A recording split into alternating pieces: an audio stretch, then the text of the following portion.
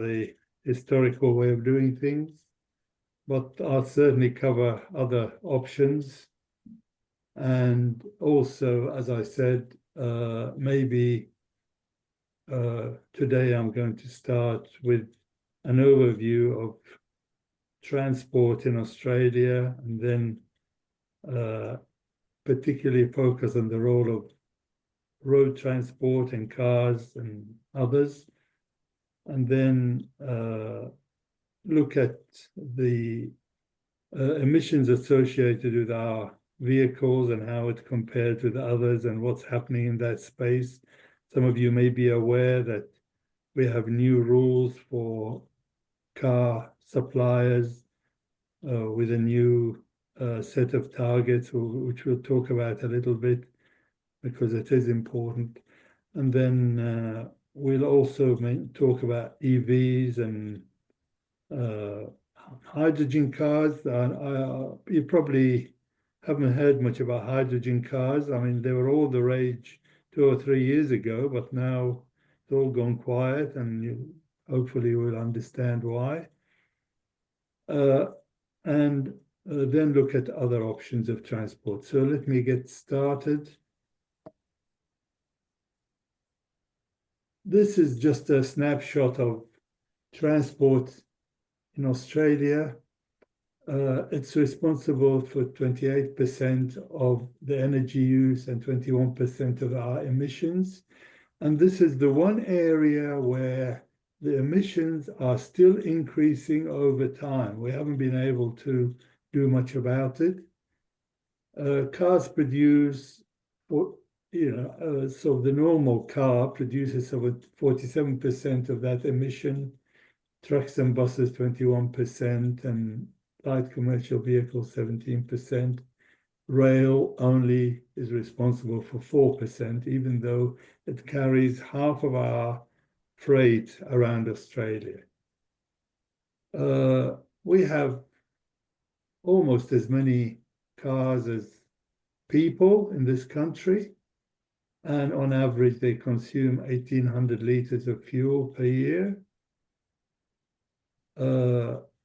Every kilometre we drive, we emit approximately, or on average, 150 grams.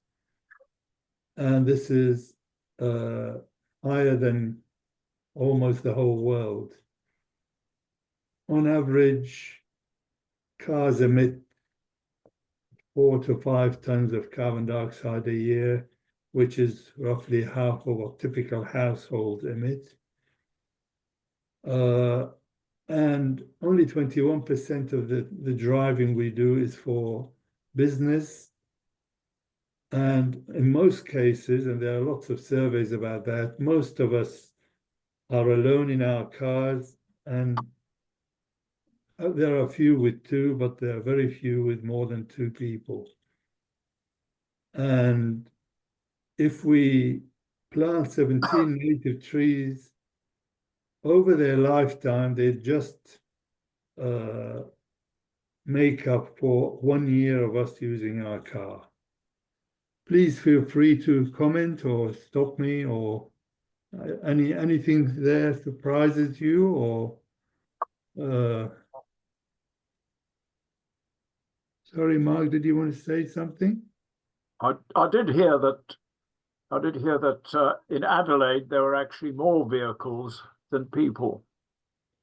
I'm not at all surprised. Yeah. Unfortunately, in Adelaide, and I've seen some figures. We use less in terms of public transport in comparison with other capital cities, and that means we have more private vehicles. Do you think that might be because parking is actually, probably compared with anywhere else, relatively easy?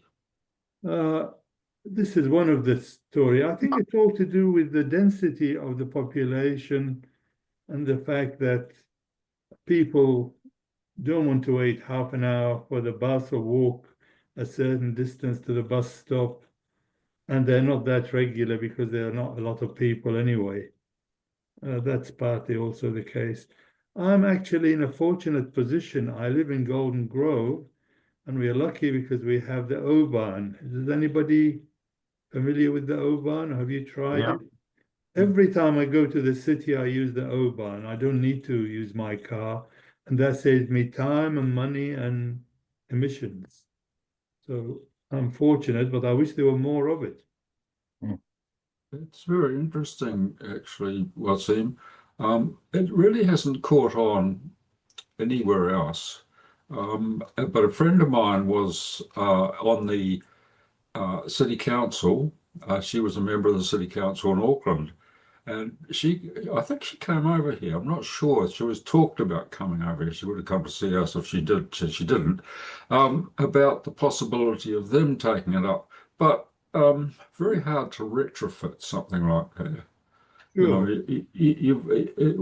we have the fortunate position of having a corridor that can be put into.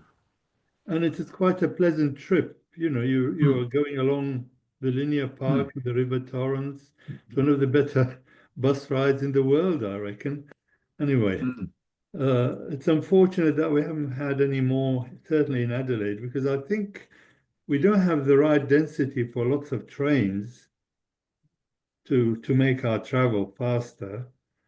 And the O-Bahn has this advantage of being able to take you to your home, not just from to the station, but actually goes all over the place afterwards. Anyway, let's move on. So obviously there are lots of reasons why we need to change where we are at in terms of our emissions. Certainly we need to reduce our reliance on imported petrol and imported oil. There's a very small reserve for car and truck and even aircraft fuel in Australia. And if for political or other reasons or natural reasons we have issues getting the supply continuously, we'll have problems. Obviously, we need to reduce our emissions.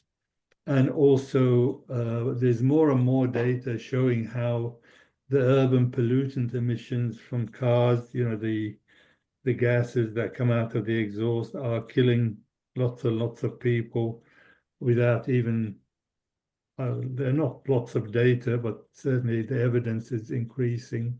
And also, we could do with less traffic congestion if we can help it. So there are lots of reasons why we should do something about the current situations.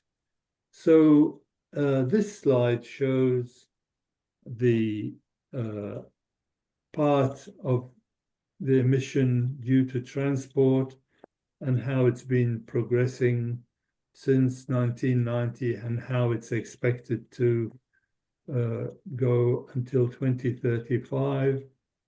And you can see the COVID dip, I guess, post 2020.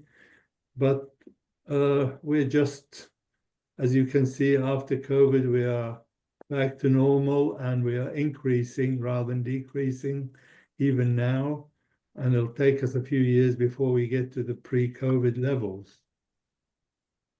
And well, you can see the different colors and what's responsible for what. But the latest surveys I have found show that about 44% is due to road passenger cars and freight trucks and so on, 23.3%, and the light vehicles, 18.3%, and so on. Aviation is still 7%, and the marine and others are the least. Wasim, can I just ask you about Brazil, Yeah, which some years ago, they were going to move entirely onto alcohol yeah, and all their engines would have to run on alcohol. yeah, It's still emissions, but it's not fossil carbon coming out. yeah, And they were going to make the alcohol using cassava, which is grows in poor agricultural land, so it wouldn't take over all the good agricultural land. But I can't find anything about it now. Was that a failed experiment or what? My information on Brazil is a bit outdated, but my recollection is that they used a lot of alcohol in their cars, and about probably up to 50% of their fuel was based on alcohol, but I thought it was from sugar. And I had the impression that in the years, particularly when sugar didn't fetch a good price, they all converted it to alcohol and used it for fuel. And most of their cars can use both fuels, or they have, I don't know, 50-50 blends or something like that. I haven't heard about the cassava bit, and I don't know where they are at the moment. Maybe later on, I'm actually going to Brazil and I can report back maybe when I come back in a couple of months. Certainly when I came here from Zimbabwe and Yeah, in Rhodesia, because of sanctions, yeah, we used a 20% alcohol blend made from sugar. yeah. But I believe in South Africa, you could buy 100 octane fuel, which was nearly all alcohol made from sugarcane. I think you're right. I think it's quite interchangeable. Sorry, Jock, you wanted to say something? I just feeling a bit, I just had a cynical thought that they are perhaps growing cassava or sugar on land that used to be trees in the Amazon, so that they can run their cars. I know that I'd not heard that that was what the old Amazonian land was used for. I know it's used for running beef, so they can provide burgers for the Americans. But I'd be inclined to be a bit cynical there. Yeah, as I say, I'll have a better picture when I come back from my trip, which will include Brazil, and I'll certainly be interested to know what's going on there. Lynn, sorry, your hand is up. Sorry, I was going to say the same as Jock. Actually, my information is probably old now. Is that there is a big problem with clearing rainforest, and also there's a problem with biofuels competing with other things on the land. So it's not a good picture, really. Yeah, again, I think at one time there was a lot of talk about biofuel being available even to run cars, and in Europe they started experiments where they had bits of land just to grow biofuel, and then I think most of this has now almost stopped simply because people want food rather than fuel as a first priority in most countries, and it turned out not to be very practical and not environmentally sustainable. Okay, that's a very interesting discussion. So let's look at our cars now and compare them with others in the world. And I think there are some facts that most of us are not familiar with, and certainly the typical person in Australia doesn't realize that if we look at the top right-hand graph, you can see how we've been tracking in terms of emissions per kilogram, per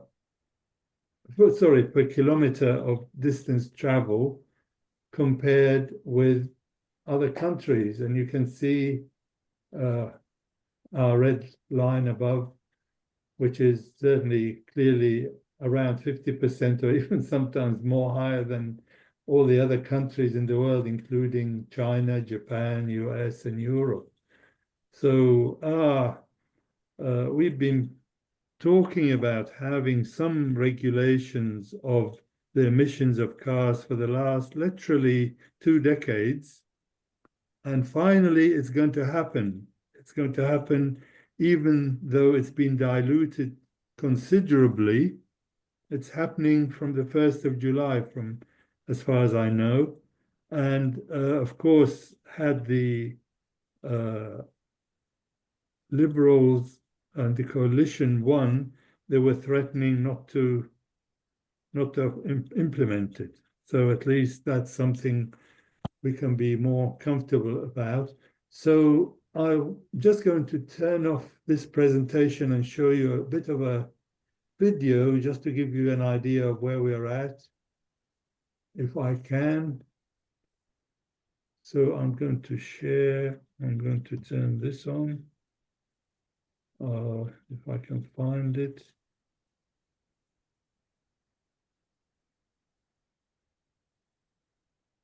Where am I?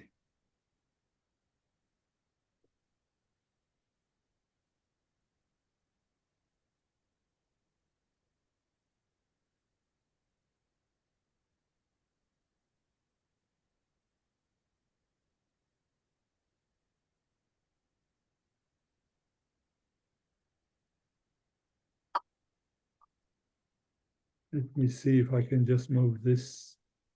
Just bear with me for a second, please. I'll try and get this going. Where is my sharing?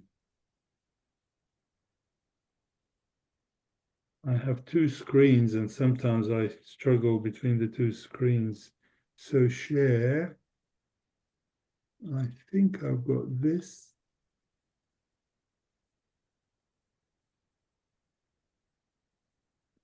Can you see anything on your screen? Not a video, Just it's an email. Oh, Just the notice for this the email is meeting. not what you want. Now, all we can see is the invitation to the meeting, that's all. Sorry, that's not what I wanted you to share. I'll try again.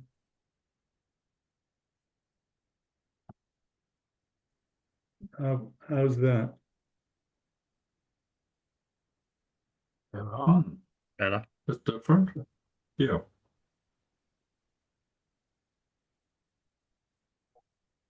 Joined here today with representatives of Toyota.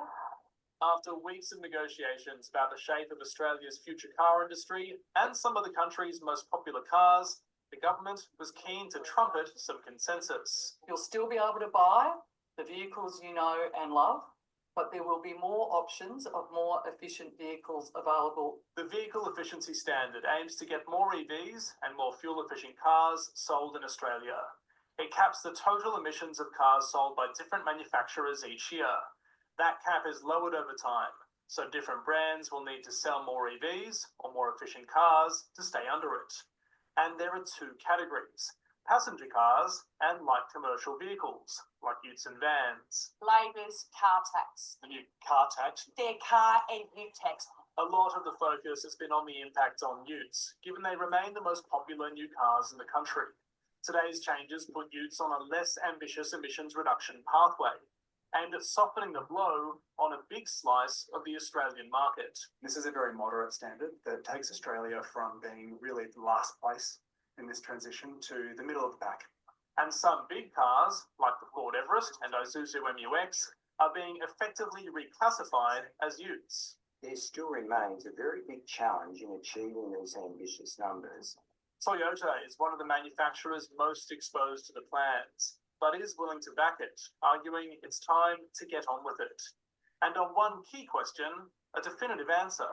Is this policy a ute tax or not? That's my question to you. No, he wasn't happy to be there. He was actually making it very clear to the Australian public that this was going to be an incredibly challenging and ambitious target. Getting the industry on board is a big win, but the Parliament will be a different challenge. This bill will be introduced tomorrow, and the opposition isn't giving up its ute tax line. Its fate lies in the hands of the Greens and some independents, who are going to want more than the government is offering. Son Lowry, ABC News, Canberra. I thought that was a bit of a flavour of where we're at, without giving you all the details. I've stopped sharing, haven't I? Yes. Yes. Good. I'll just escape this. Now, we've been speaking a lot about how farmers and other Australians may have to sell property or assets to pay their tax bill as a result. I'll share back the screen. Any thoughts on what we've just seen? Yes. You can hear me all right, can you? Yes, certainly. Two things. One, I'm probably the only one in this meeting that lives in the country and at Narracourt. I can tell you that I drive down the main street of Narracourt and 9 cars out of 10 in the shopping centre are what they would call light commercial vehicles. All the farmers run 4-wheel drive utes. Yeah. Many of them set up as what they call weekenders, so they can go fishing at the weekend, with camping gear and stuff on the back and on the roof. And they're the people who said through the Liberal Party that this is just an excuse to steal our weekend.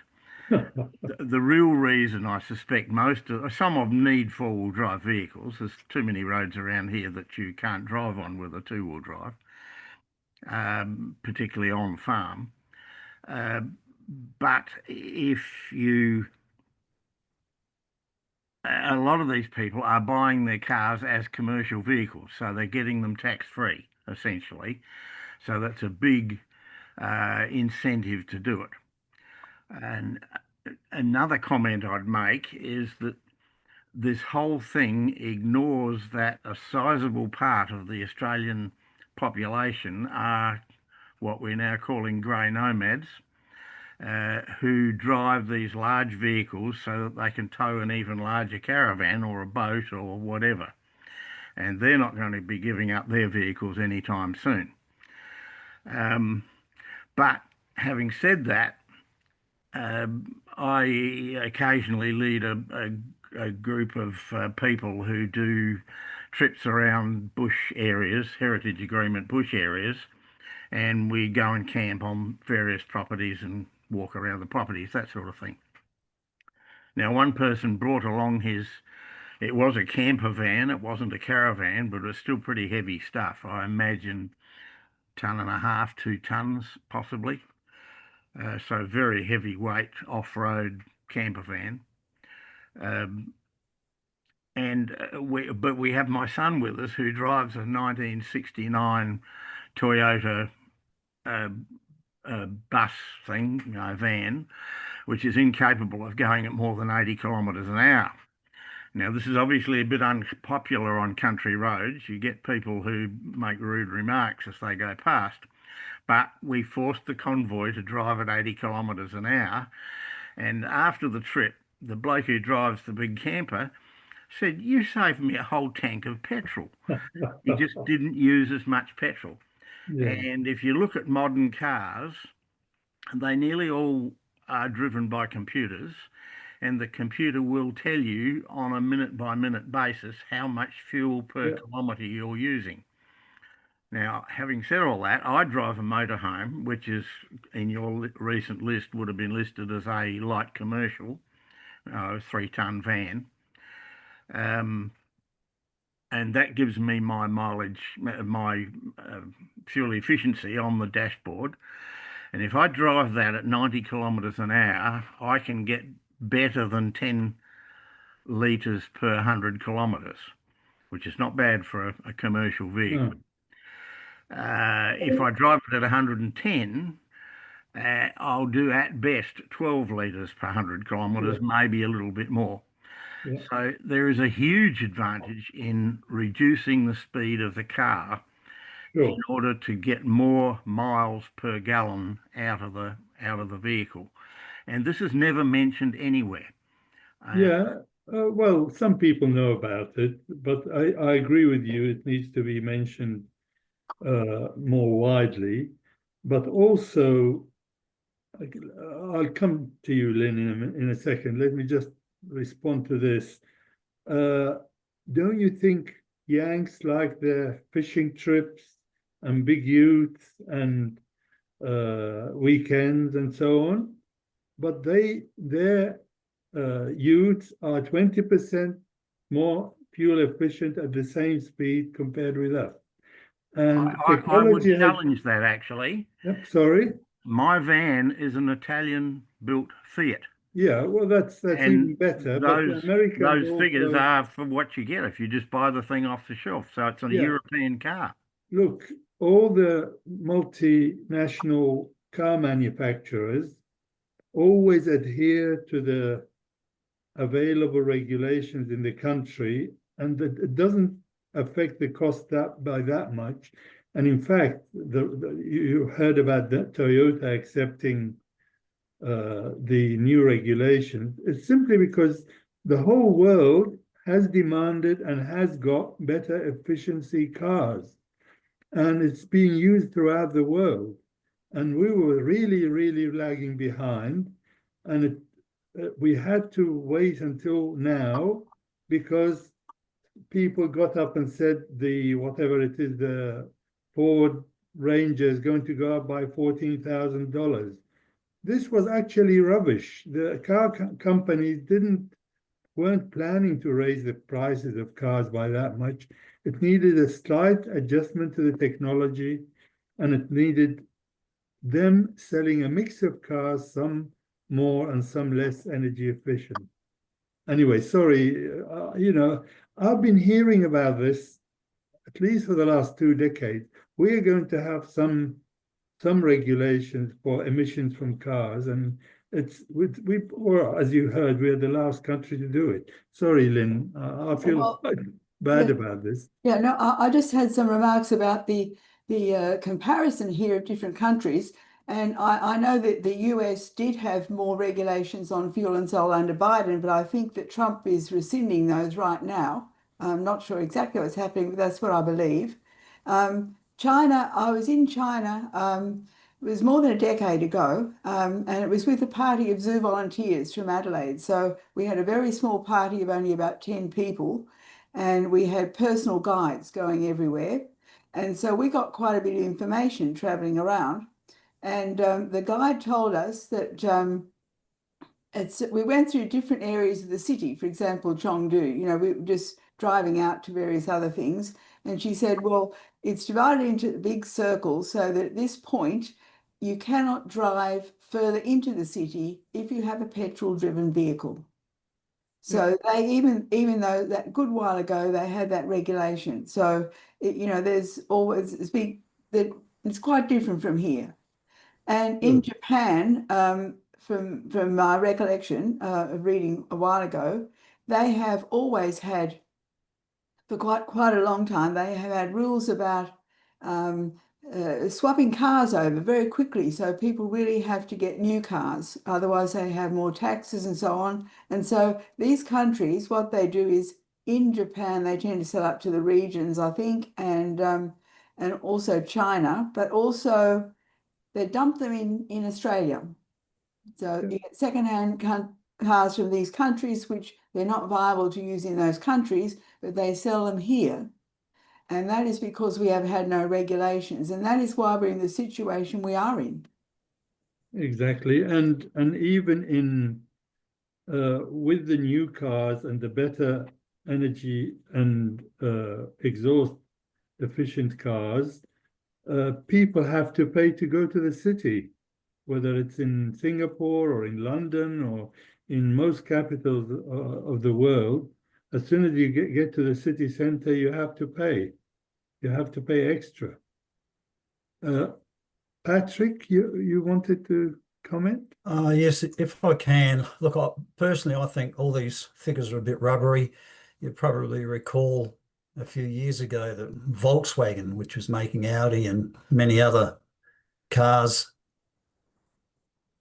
tweaked their computer systems to make the rate per kilometre seem better than it really was. And if you suspected it and you went under the bonnet and tried to analyse that, it would detect it and drop back to the original quote that was given when you purchased the car, a little sticker on the side.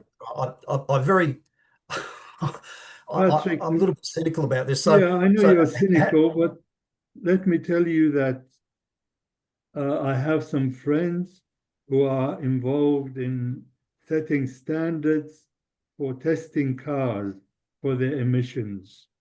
So they take, cars, samples of the new cars and actually get them tested independently. They don't believe in what the manufacturer says. The manufacturer's figures are always sometimes a bit dodgy. And of course, the amount of emission depends on where in the road. So there are, if you like, standard road cycles where there's a city cycle and a country cycle and so on. So they go through the motions and they do lab testing representing these cycles and get the emission figures. So I'm not that worried about the figures that we eventually get. And keeping in mind that these are brand new cars, my car, and I'm sure all of us have noticed that our cars use a bit more petrol and produce a little more emissions after they've been used for a while, and also if we don't service them regularly. So anyway, sorry, does anybody else want to say anything, or shall we continue? Anyway, go on, Mark. Just like to comment on your graph, which shows the EU is the lowest. Yeah. I would have thought Japan, because they drive around in little dinky cars. They're tiny little cars for the most part. And I'm surprised that they're actually... I think you're right, but the cars in Europe are generally getting smaller and smaller. And in Europe, in the last 2 or 3 years, or more like 5 years, EVs, electric vehicles, have taken over in a big way in many countries, particularly the Northern European countries sell more electric cars than old-fashioned cars. So that's probably the reason for this. But I agree with you. I mean, we love our big cars. Well, you can see even, I mean, comparing ourselves with the US, we're not doing so well. And these are some of the numbers of how much we can save if we, once we follow these standards. We're talking about large numbers in terms of money and emissions, and $5 billion in health benefits from reduction in air pollution as well. So we're not, it's quite serious stuff. And I know it's been at the moment of the current system, which is going to come on board soon, is a bit half the solution, but at least we've done something finally. And it's against all the odds, because I've been aware of so many versions of these regulations that came out for consultation, and the Motor Traders Association and some of the politicians started making a big hullabaloo about it, and they had to be watered down at least twice. Sorry, Jock, you wanted to comment? I don't watch much commercial TV, but those ads that drive me the maddest, I think, are those ones where they have these huge cars that go out, they beat up the outback, and they think this is great. And people don't advertise for fun. Thus, these must be selling those cars. And so what on earth are people about going out in the outback and beating up the fragile vegetation? It's that. And I wonder what some people have got to do with their time, really, doing that sort of thing. I consider this to be more of a fad rather than practical use. Lots of people like to have a big four-wheel drive just because the next door neighbor has it.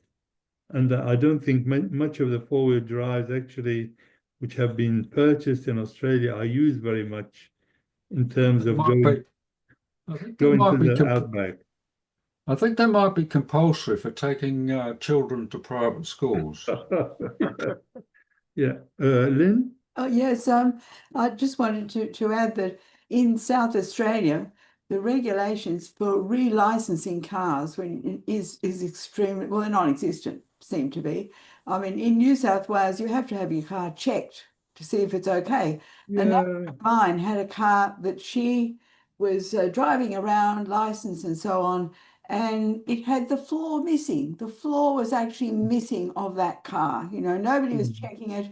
And that is how it is. And in other states, the cars have to be checked for worthiness. And I remember when I lived in Canberra, people would get frantic. They'd check everything. Everything had to be absolutely spot on, because if they didn't have it spot on, they'd be defected and they'd have to go back and fix it up. So well, I think you're we right. should have it here. That's I right. think the surveys do show that our cars, the average age of a car in SA is higher than the rest of the country. But sometimes I think this is also leading to some saving in raw materials and other things. People are getting more use of their cars. I know the older cars use more petrol and they're less safe and all that. But there's a big debate.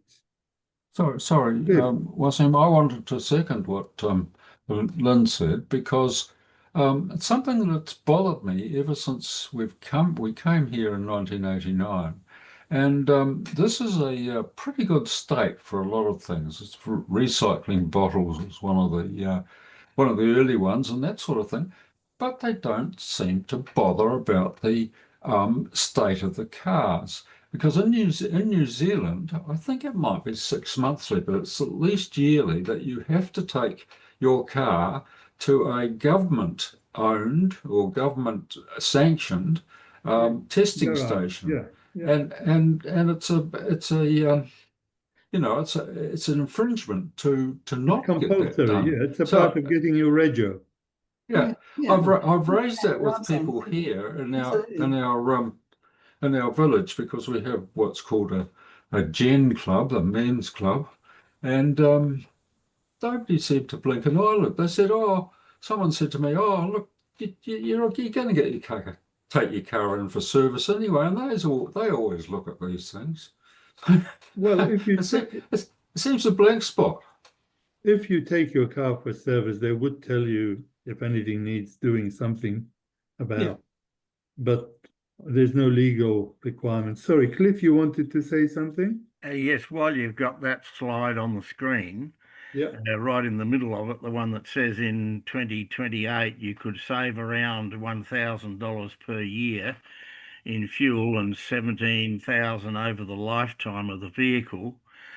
Well, I've done some numbers, and if you do a significant amount of highway or freeway driving and you reduce your top speed from 110 to 90, you will save double that amount per year. That's a Yeah. big amount of petrol. Thank you. That's Effectively useful changing the fuel information. efficiency of your vehicle just for driving a bit slower.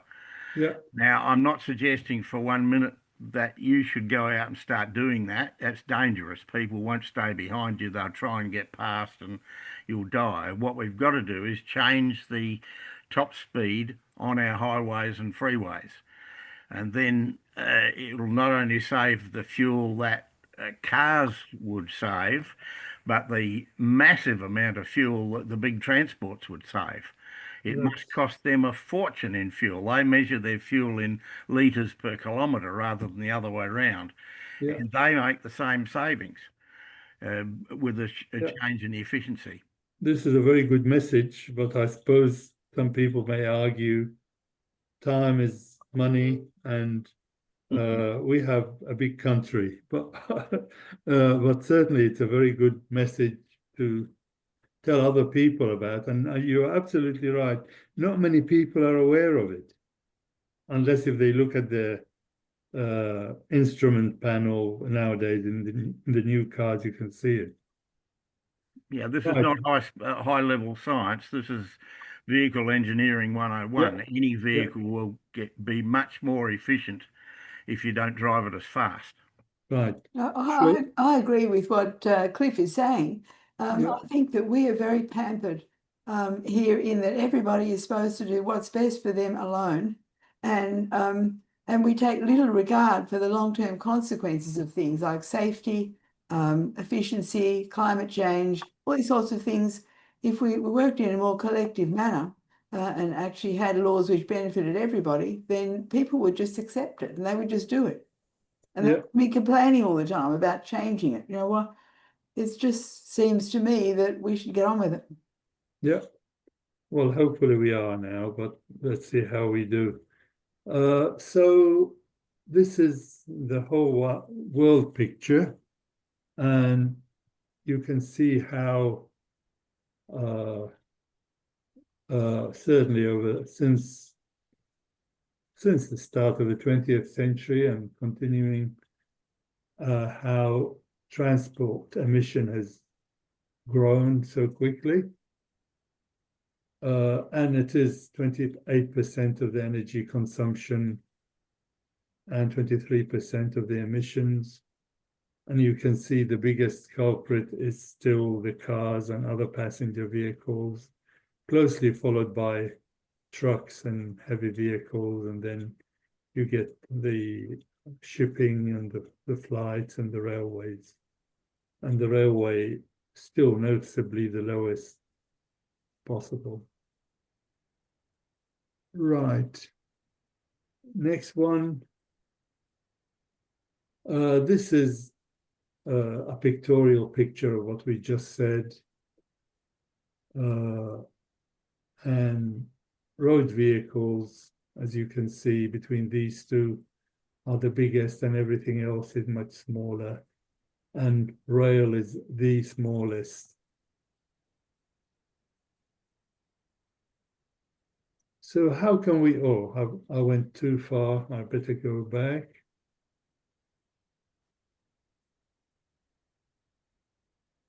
So how can we reduce the emissions?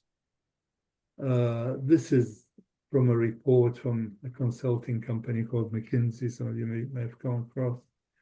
So there are lots of steps, lots of things we can do to reduce our emissions. Obviously, we're getting more and more zero emission vehicles. Also, the vehicle technology has improved quite a bit.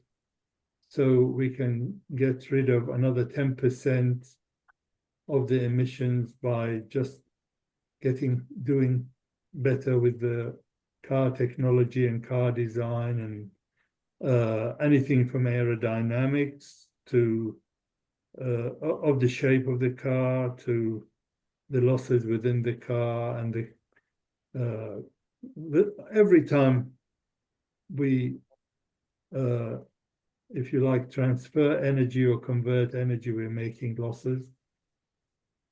The other ways is to travel less, and traveling less means either using public transport or using other means of communication. And I think one of the lasting outcomes of COVID has been the higher number of online meetings and other things like we're having now, which at least is one positive that we got out of COVID. People not having to go to work every day, and apparently even the opposition now accepts it's a good idea from what I heard today. So people are saving on going to work and saving on going to meetings through online discussions and meetings and work. The other one is, if we are going to use electric cars, certainly renewable electricity and low carbon fuels is going to lead to another small change. And also, if we think of the supply chain for the vehicles, in other words, the trucking of the fuels or transporting of the fuel from its sources, and also all the logistics of the vehicle manufacturer, we can lose another 5%. So certainly by the year 2050, we should be able to get to 45% of the situation we're at as we speak, or just couple of years ago. So this is sort of the direction lots of people are heading towards. But you can see while we talk about, if you like, zero emission homes, we can't really talk about zero emission transport even by 2050. Cliff, you have your hand up. At the risk of labouring a point, you'll note that the possibility of slowing down the high-speed traffic is not on that list. I think it Yes. should be. Yes, but are people going to listen? It's a matter of kicking up enough fuss and yeah, they're listening to things that are much more complicated and difficult. Yes, I know what you're saying, but Sorry. I mean, go on, Jock. It almost requires a government edict. We were in America many, many years ago when the first oil strike struck. And even in America, where speed limits on the main highways were 75, I think, 75 miles an hour. Yeah. Because of the oil shock and, all of a sudden the petrol became significantly expensive, whereas it was dirt cheap in America, actually, in those days. They cut the speed limit down to 55, I think, quite significantly. So, and I guess people had to accept that because they knew what the reason was. And just to add to that, the Europeans are now starting to restrict the speed on their autobahns for the same reason, but they've only done it at night time. They don't do it during the daytime. I've no idea why. Well, because there's more traffic. I guess so, yes. Yeah. I mean, there are other means. Rail is the obvious one, and certainly our country could do with a bit more railway. And that way we'd save a lot of energy and a lot of pollution. Sorry, there's Lynn and then Mark. Lynn, you need to unmute. Lynn, you need to unmute. Sorry, I haven't unmuted. So I just broke in as a reminder that people who maybe do not know, and I don't think do, if you look at the bottom of your screen and there's a heart shape in the center that says react, if you press that, you will get an option which says raise hand. Yeah. And so you can use that to make the speaker aware that you want to ask a question. So that's all I really had to say. Yeah, but if you find that hard, there are only a few of us. If you put your hand up and I can see it, that's fine. I'm not fussed. It just makes it easier for everyone, Wasim. Sure. Okay, we also know who wants to talk. They just don't know. So that's Mark, you're next. Yeah. Okay, a couple of things. One, a trivial point was that for sea ship for marine use, they cleaned up the emissions from marines, and I think this refers not so much to carbon dioxide, but as particle size. And because they've cleaned it up and there's fewer particles, there's had a bad effect, and the right temperature has risen quite a bit. That's one thing. The other thing is I've been listening to all this business about driving a bit slower. About 3 years ago, I had a small car and I bought an even smaller one. And that one uses exactly half the petrol of the previous one. And it does everything that a larger car does, except in load carrying capacity. It cruises well, and it only uses 5 litres per kilometre. Very good. And I'm actually a 2-vehicle family. Yeah. I ride an e-bike and my wife has a car. Very good. Just a very quick one on the railway versus road transport. I imagine you're aware that it only takes a quarter as much fuel to shift a tonne per kilometre on the rail as it does on the road. Yeah, to say nothing of damage to roads and all that sort of thing. and the other pollution. Yeah. You, as an academic, though, might be interested to know that there is a perfect case to argue that here in South Australia, where Vitara, the people who run all the grain silos throughout the country, uh, were using the railway system on Eyre Peninsula, but that was a very old narrow gauge railway. I think it was well over 100 years old, and eventually it conked out. It just wouldn't handle the load anymore. Yeah. But the point is, they were using it for many years. Then they had to switch to road freight to carry the same. So basically carrying grain from around York Peninsula to Port Lincoln. And they found that not only was the cost of transporting it much more, but the damage to the roads and the problems with big vehicles on roads that were carrying tourist traffic and that sort of thing were huge. But they have all the numbers. They know exactly how much they would save if the government was prepared to put in another railway or improve the one that was there. So Yeah. there's a really good case with all the numbers already set up and available there Yeah. if somebody wanted to argue the case. I'm always impressed when I go to particularly far north Queensland. The sugar cane is mainly transported by little railway. Unfortunately, we don't have that in South Australia. And the whole country relies mainly on trucks. So these big, huge road trains. B triples. Yeah. Okay, let's move on, if I may. Right. So are we at the end of the internal combustion engine age?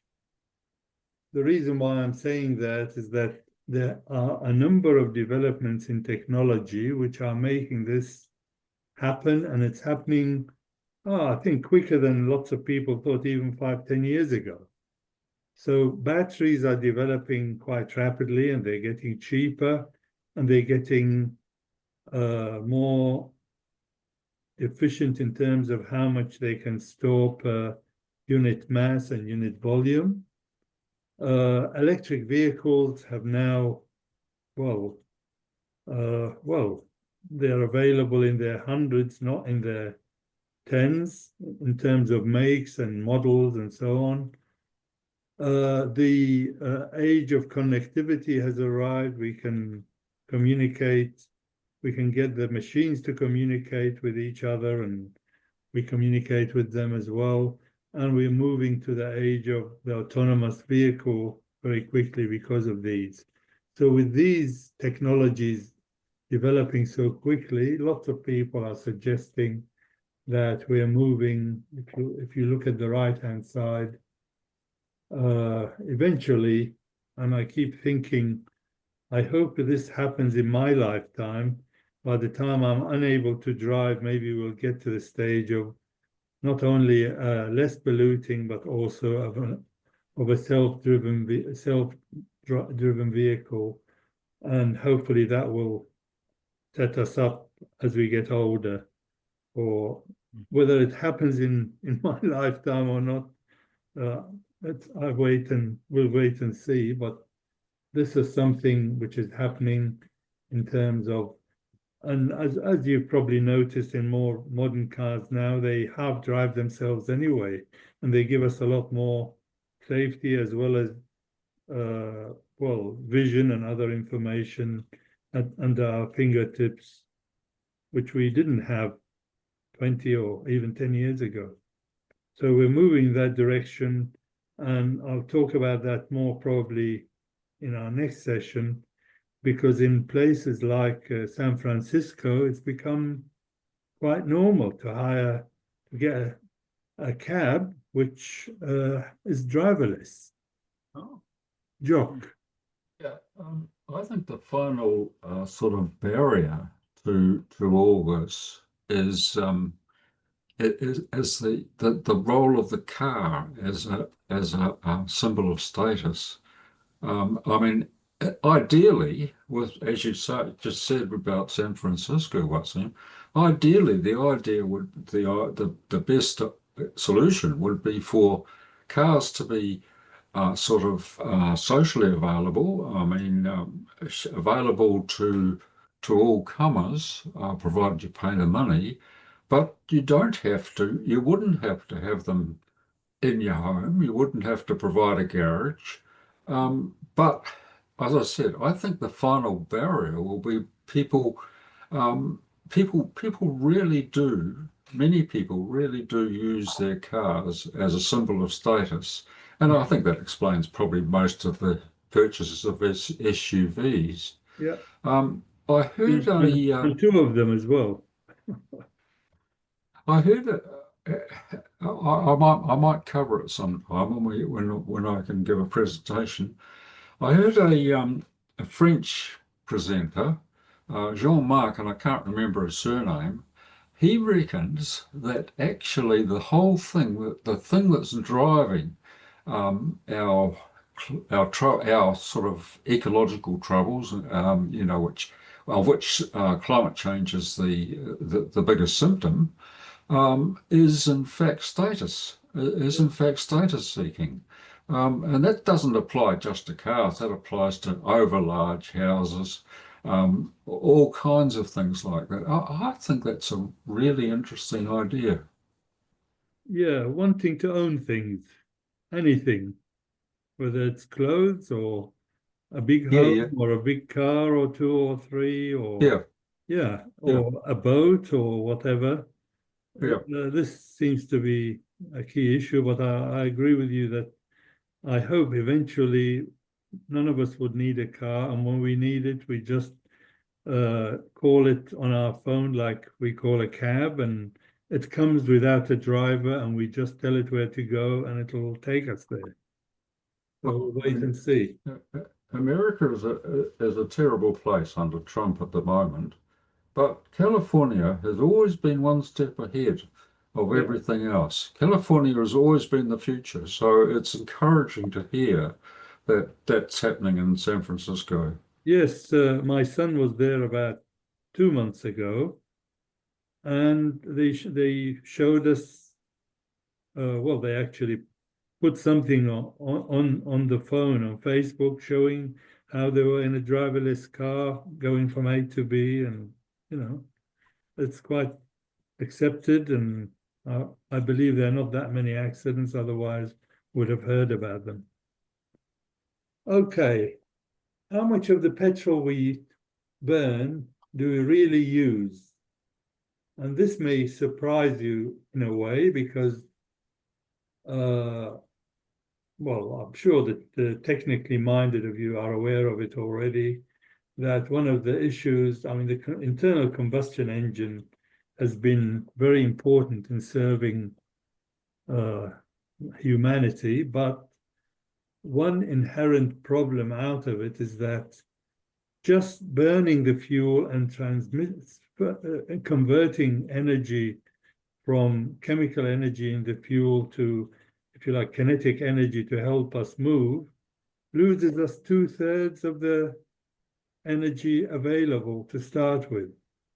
So regardless of what we do, as long as we have an internal combustion engine, we're stuck with the laws of thermodynamics, if you like, and we can't do anything about it.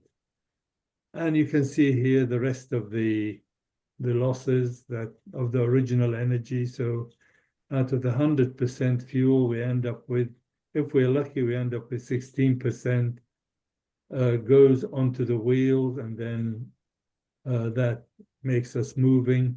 And incidentally, and that is for your particular benefit, Cliff, the reason why cars need a lot more petrol as they go faster is particularly because of aerodynamics.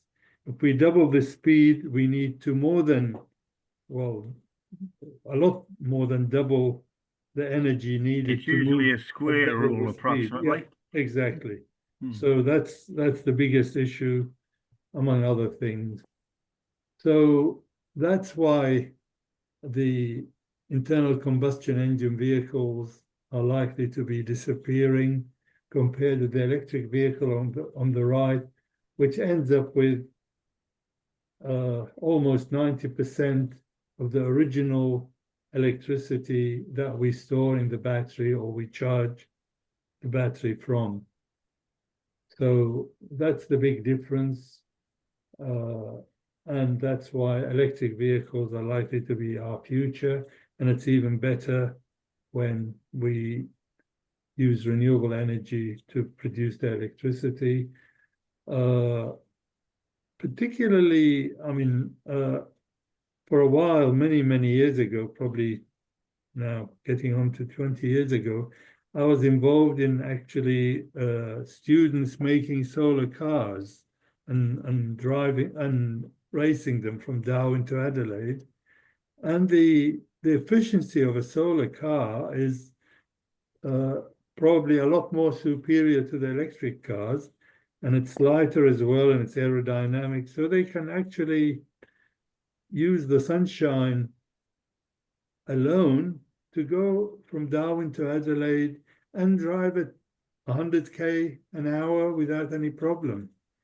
Unfortunately, a lot of people used to ask, can we make cars like this?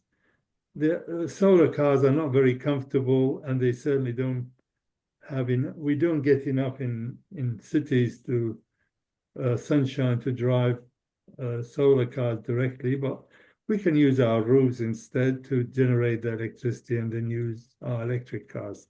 Jock.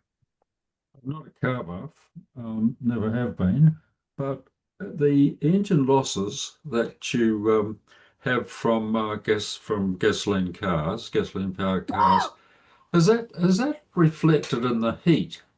Because you know engines get very hot. Yes, of course. And two-thirds yeah. Two-thirds become heat. Yeah. And the heat comes out of the exhaust, and we try hard to get rid of it quickly, as well as the heat emanating from the engine itself. But that's an internal combustion engine for you to convert, if you like, the energy stored in the fuel to movement, to work. We need about 2/3 of the energy lost as heat. Yes. Shall I continue? Yep. Okay. Oh, this is just something I did a while back, so I'll just like showing off, you know, where the actual energy goes. But please look at the last line. Typically, there's one person in a car weighing, let's say, 90 kilograms, sitting in a car which is at least a ton weight.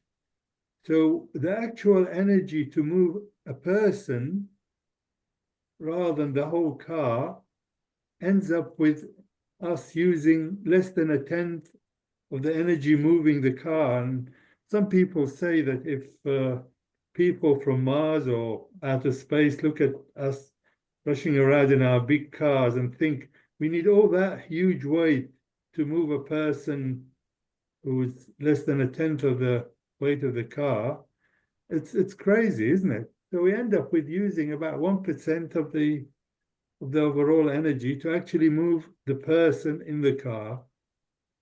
And it shows how much waste we've been able to put up with over the years since the finding of petroleum and invention of internal combustion engines, and how we didn't bother about what happens as a result. So the modern vehicles have lots of changes that make this a little better. Certainly, we're using less heavy materials. We are using smaller engines.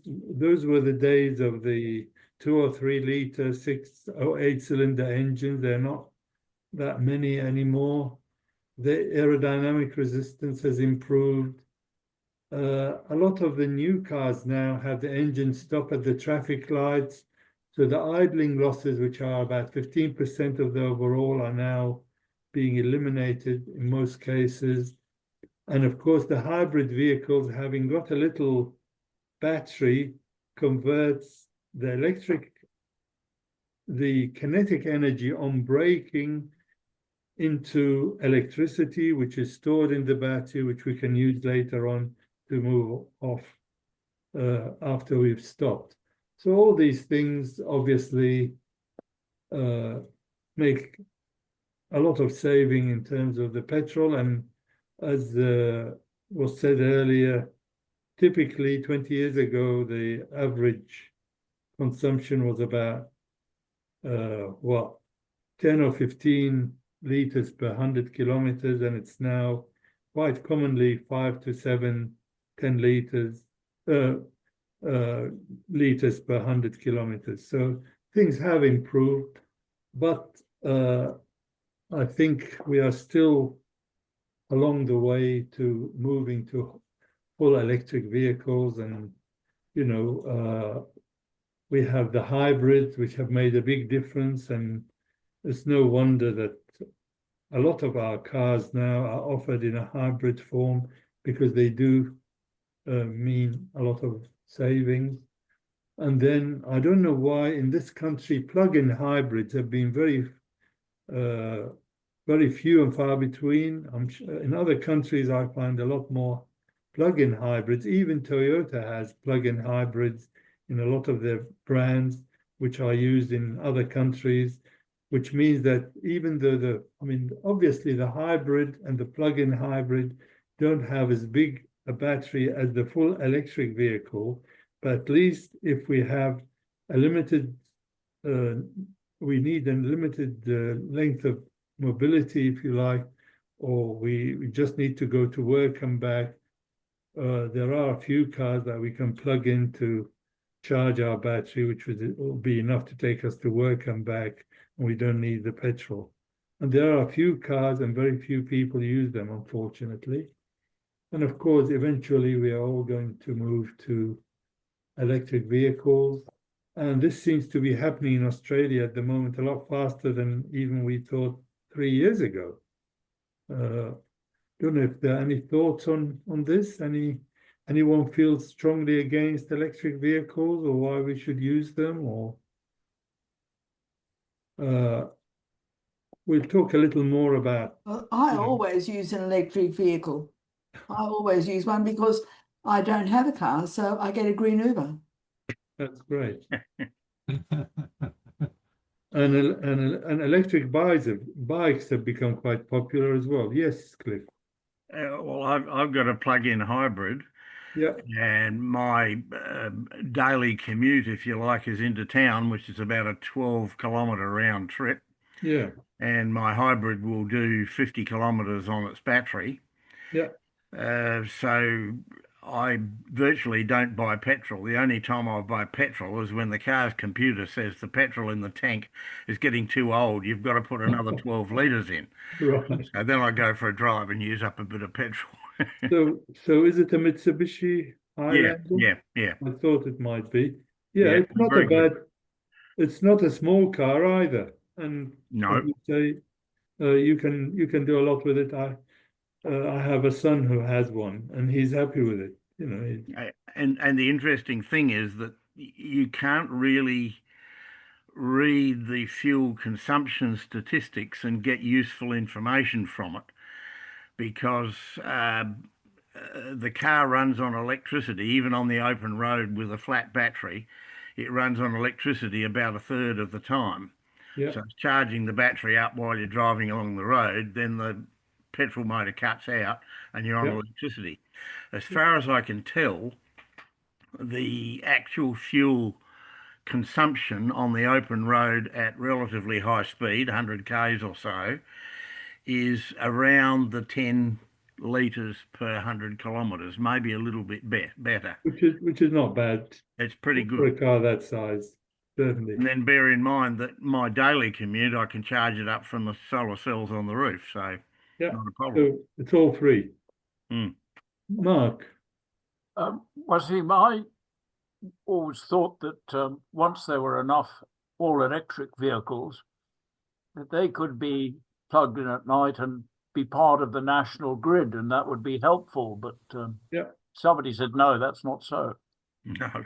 No, we'll talk about this in a little while, Mark, and certainly eventually that's what's going to keep the grid together when we are able to be almost self-sufficient or even give some of our solar electricity to the grid and be able to charge our home and our car from our roof. That's certainly where we're heading. Sorry, Lynn. Yes, I just wanted to say that since I have more experience in electric vehicles than any of you do, because of riding around in Ubers, I had a conversation I think it was the last time I caught one, with the driver, and he told me I think it was a Volvo, it was a European model anyway. He said the company not only has it the energy covered, but they also use mostly recycled material to make the vehicles. So that is another positive for companies that are really getting into being green. Yeah, yeah. It's happening, but slower than we'd like, shall we say. Okay, so the current situation in Australia, when I did this slide, which was about 6 weeks ago, there was over 100 EV models available, and the cost is now as low as $30,000 for a new vehicle, a new electric vehicle. The range, certainly the minimum you could find is about 150k, and some of them do more than 500k on one charge. And certainly they are getting more and more sold and seen on the road. And in a way, I don't know, this could be another chance for the Chinese to compete with other manufacturers, because we're seeing more and more of the Chinese EVs with very good specifications taking over our roads. Also, Toyota and others provide a lot of hybrids, and they're selling a lot more hybrids than they used to because of the petrol prices and everything else. Also, there are more and more charging stations around, not only in cities, but around the countryside, and even in South Australia. As far as I'm aware, the furthest charging station from each other are less than 200 kilometers. So people can plan their journey, and the people that have driven EVs and gone even around Australia, and them tell me that it takes, charging the vehicle in these charging stations often doesn't take longer than them wanting to stop for a cup of coffee in a cafe nearby. So it's not becoming a bit of a bind to do. And the final point, which I suppose Mark hinted to, is the vehicle to grid technology is also happening very quickly, and I think it's going to take over within the next literally couple of years. And we'll talk about that in a minute as well. Okay, so just as an idea, you probably can't see the bottom bit to get more details, but you can actually get this from some of the car sales websites, and you can find out the specs. But just to have a comparison, and it took me a long time to work these numbers out. Some of them I decided was useless, because the typical driving range is now almost limitless. I mean, there are some electric vehicles that do 1500k, so that's why I just put a plus at the end. But I just wanted you to see that the mass or the weight of the car, obviously the SUVs are bigger and heavier, and sometimes for no safety or other reason, just because they can do, I don't know, four-wheel drive terrain. But the electric vehicles are usually maybe about 100 kilogram heavier, simply because of the weight of the batteries, but it's not more than 50 to 100 kilograms. And obviously one of the reasons why solar cars run on very little fuel is the fact that they're not only well designed aerodynamically and have very good use of their strategy to make the best use of the power they have, but also they're much lower weight. The weight is the biggest, if you like, parameter which determines the fuel consumption or the energy consumption in this case. So this is just a way of, yeah, but you can see here how the energy used to run the car goes from the hundreds to about a third of that in the hybrid, to about a tenth of that in electric vehicles. Well, 10 or 15%, and then even less for solar cars. And I just thought I'd put this in case any of you is interested in investing in an electric vehicle. There are a couple of calculators available online, one by choice and one by the federal government, called the Green Vehicle Guide, where you can actually, if you have a short list of cars, you can work out, if you like, the comparative lifetime cost of the car, which obviously includes maybe paying a bit more for the initial cost, but then saving on the fuel in the future. And it takes all the options, whether you use your own solar or otherwise, and so on. And you can see here the pros and cons of electric vehicles. Obviously, lower operating costs, zero emission, quieter operation, which I actually appreciate when the traffic noise gets lower with the electric cars. Certainly they have the regenerative braking, which uses the braking energy, and reduced dependence on fossil fuel, and lower maintenance requirements as well, which some of us don't realize. The electric car is so much simpler in construction than the old-fashioned fuel-based car. It doesn't have gearboxes and clutches and lots of other things. It has less parts, if you like. And the parts that are there, I mean, the battery doesn't need a lot of service, and it's getting a lot better in terms of its lifetime. But there are concerns from many people about the battery and the battery replacement costs. What I've been hearing recently is that the modern cars, we usually use the modern car for 10 or 12 or 15 years.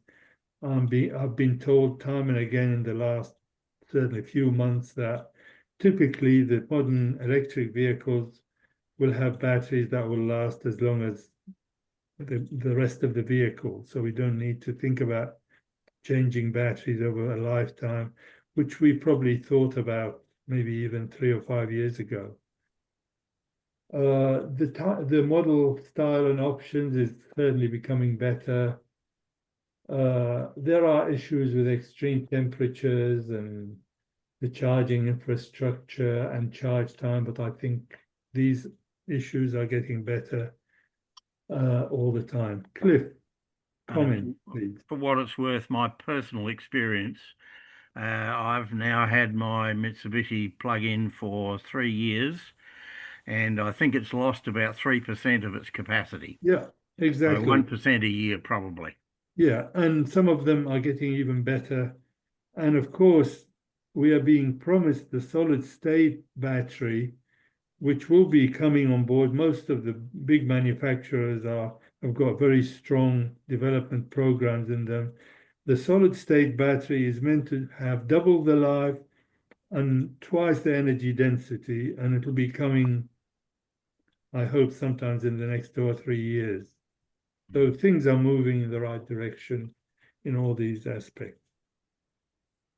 I've got maybe a relatively minor point, but it's not for the people that are affected.